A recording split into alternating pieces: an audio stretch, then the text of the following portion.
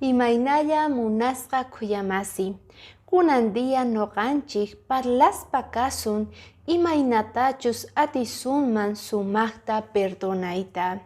Cuentay munaykichik imaynata Jesucristo kay pachapi kawsasaqtin payqa wasarerqa Getsemaní urquman. Chaypitaq payqa discipulusninwan ashkatataq qonqorikuspa mañakurqa papasunmanta. Pero discipulusqa niuq horatapis karqankuchu, paykunaqa puñurqanku. Jesucristotaq nirqa, Diosniy Tatay perdonaykuy paykunata, aychamanta ruwasqas kanku nispa.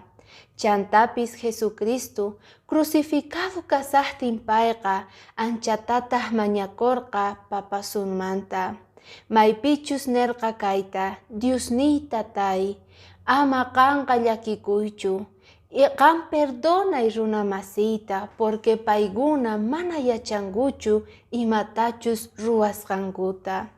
Ima lindu Jesucristo yachachiwanchik imaynatachus intercedeyta mañakuyta chantapis perdonayta runa masinchikta.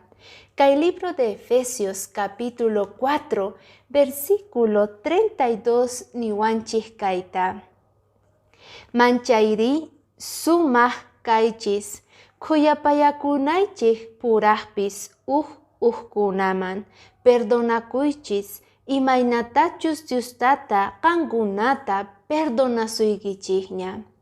Jesucristo noqanchikpata ejemplo, noqanchispis payhina perdonana tiyan runa masinchikta, orana tiyan sapadiya sonqo perdonadorta haywanawanchispaj pay runa masinchikta kuyapakunapaj. Munasqa kuyamasi, mana facilchu perdonay ari, pero Diosninchik tatawanqa noqanchik ruwayatisun kayta. Bendiciones.